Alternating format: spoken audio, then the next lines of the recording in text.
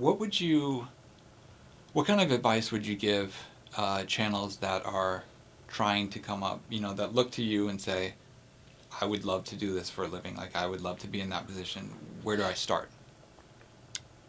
Well, you got to figure out what it is that you really want to do. Like, you got to figure out what your real passion is for this channel.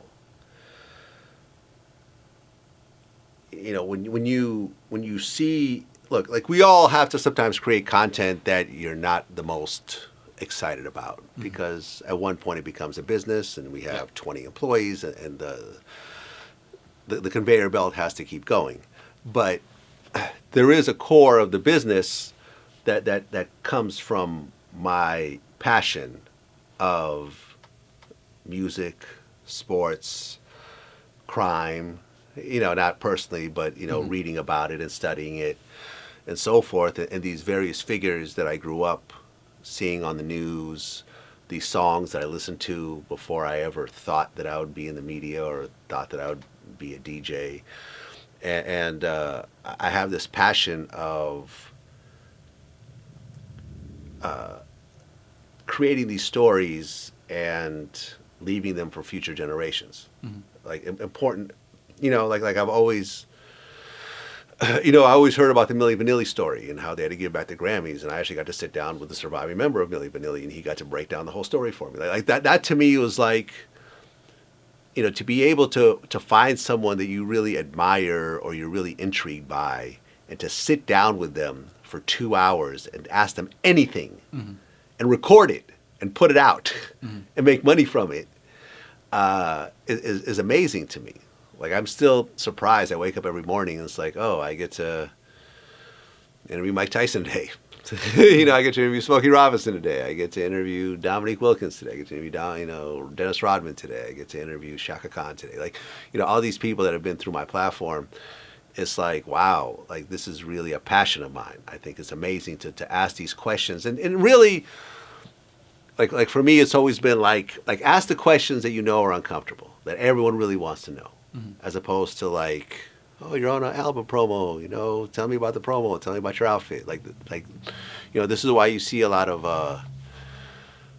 these OG interviewers out there. They get these big guests and the interviews do nothing, Yeah. because they're boring interviews. Like, Mm-hmm. like my thing is, like, I'm not going to have a boring interview. If I get a chance to sit down with you, it's going to be interesting. So I have this passion.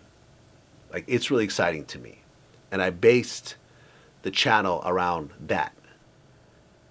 Number one. So that raw passion has to be there. I do a lot of sports interviews, but I'm not really a sports guy. Mm-hmm. So I try to kind of focus on the things that I am interested in the story, but the channel doesn't focus on sports. Yeah. So if you love sports, you should focus on sports. You shouldn't focus on sports because you heard it makes money, Mm-hmm. because that rarely does well. So find that thing that you really are like, you're doing on your own for free in your spare time, and figure out a way to translate that into a visual format. Number one. Number two is the consistency. So in 2008, I figured out off the jump, when it comes to YouTube, that no one's going to sit for an hour and a half and watch a YouTube video on their laptop, or, I mean, I don't know if the YouTube app was even out yet at that point. So. Yeah, I think it was just their computers. Yeah.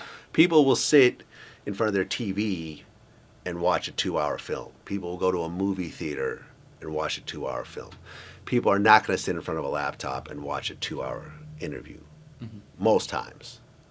So I already figured out that, okay, let's give people the bite-sized 5-minute, 10-minute pieces that is easily digestible in front of a computer and then in front of a phone later on. Mm-hmm. And once I figured that out, it's like, okay, I'm going to drop new content 365 days a year, because I knew back then already that you can't overflow the internet. Mm-hmm. No matter how much content you put out, it's a drop in the bucket of the total content that's coming out. So the consistency of it, we're not, there was other, like, Ski TV was out before Mm-hmm. me. And I remember I kind of got my name, he's calling himself Ski TV, I'll call myself Vlad TV. That was sort of all right, I wish I could think of a better name right now, but Vlad TV is the only thing I can think Yeah. of, so I'm just going to run with it. Yeah. Because Ski TV seems to be working pretty well. I mean, Ski TV is not around anymore. Right. I mean, I don't know if it is, but it's not really around Yeah. anymore. So we were the first ones. I think we're the first like hip hop oriented YouTube channel that's still around 15 years later. I'm never going to say we're the first because there's people before us, but the first that consistently did it. And back then, I'm like, okay, I know I can't overflow the internet. I'm going to give the viewers new content every single day by chopping up these interviews. So every day they tune in, they'll find something new. Mm-hmm. Every day. Holidays, weekends, birthdays, if I'm sick, if I'm not feeling good, I don't feel like doing it, there'll still be something coming up tomorrow. There's only been a few times that we've had an outage for things out of our control. Mm-hmm. But it was like 15 years ago, it was like, every day, consistency. I always think it's weird how you're how someone is a content creator and not release content every day. Yeah. People that put shit out every week or every week and a half. I'm like, you've wasted all these other days along the way that you could have built up an audience. And with that, I mean, you think about 15 years later, like, I've raised people with this channel. Like, I don't know how many times people are like, I've been watching your shit since middle school. I've been watching your shit all through high school. It's always been my dream to get on this channel. I've this, I've that.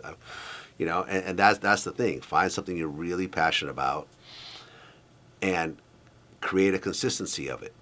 It doesn't have to be every day, but it can't be just every so often. Yeah. Because none of these channels that you see put shit out every so often. Mm-hmm. There's always a schedule of some sort. It's not usually what we do, as much as we do, but there's always a schedule of some sort. So if you take the passion with the consistency and you give it time and the product is ultimately good, you should do well after a certain amount of time. And you never know when things are going to go viral and whatever else. And that, you never know when things are going to react and other people are going to co-sign it or whatever else. But if you keep getting on, go up to the bat every day, you keep swinging at it, keep swinging it, like sooner or later you will hit that home run. Mm-hmm. And once you hit that home run, then you're now in the game. And then you have an opportunity to turn into a real business. So that's my long answer for your short question. Yeah. I think I started this channel like 12 years ago and literally just to interview people about, and I did it over the phone. Like, I didn't even do video. I just did it to talk about studio sessions and music. Yeah.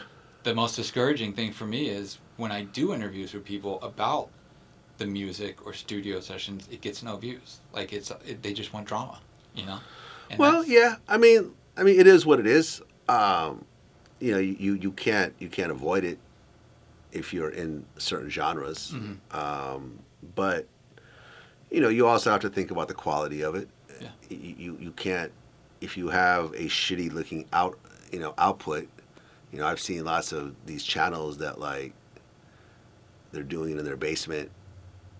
There's never any I would say my third thing is that like reinvest into the company and raise the quality. We were one of the first ones. I mean, we're like I think the very first entity in the hip hop space to shoot in 4K.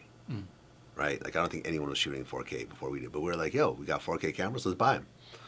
Now every, studio shoot involves 3 cameras, including a moving camera that goes back and forth. Yeah. The lighting that we set up is very intricate. We have a sound guy that could clean up sound. You know what I'm saying? Like I love Matt Hoffa, but I'm watching this interview that we did. It's all this crackling and stuff like that. I'm like, it's killing me right now. Like, you could hire a sound guy to fix this, but he's still a newer company, and he's still, still figuring things out, and he will figure it out. Yeah. Because he has a good following. Not at all a shot at Matt. He was just on my show the other day. I was just on his show. Yeah. But it's like those things that potentially turn people off because they're used to a certain level of quality watching Netflix and everything else like that. Like, we're trying to match that.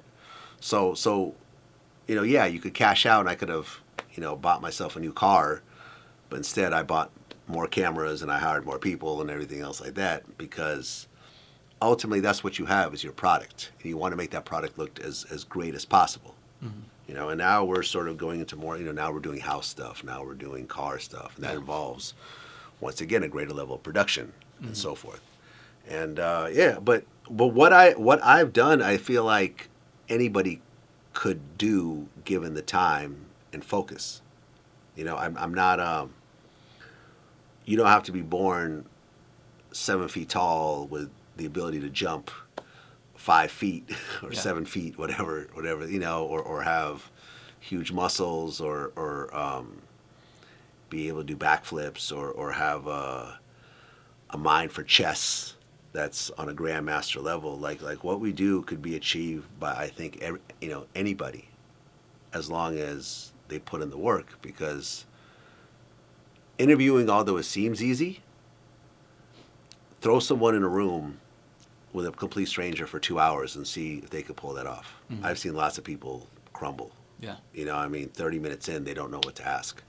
They don't know how to extend the conversation. They don't know how to jump into the tangents and everything else like that. It's a very, I don't, I don't just sit there and wing it when I do an interview. I spend days, sometimes longer, creating notes, figuring things out, figuring out a blueprint and so forth.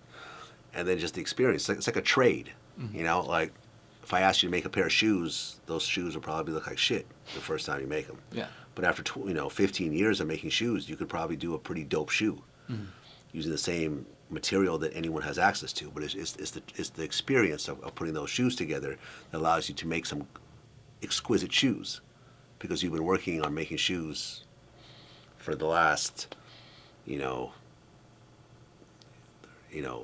40,000 days. You see what I'm saying? Yeah.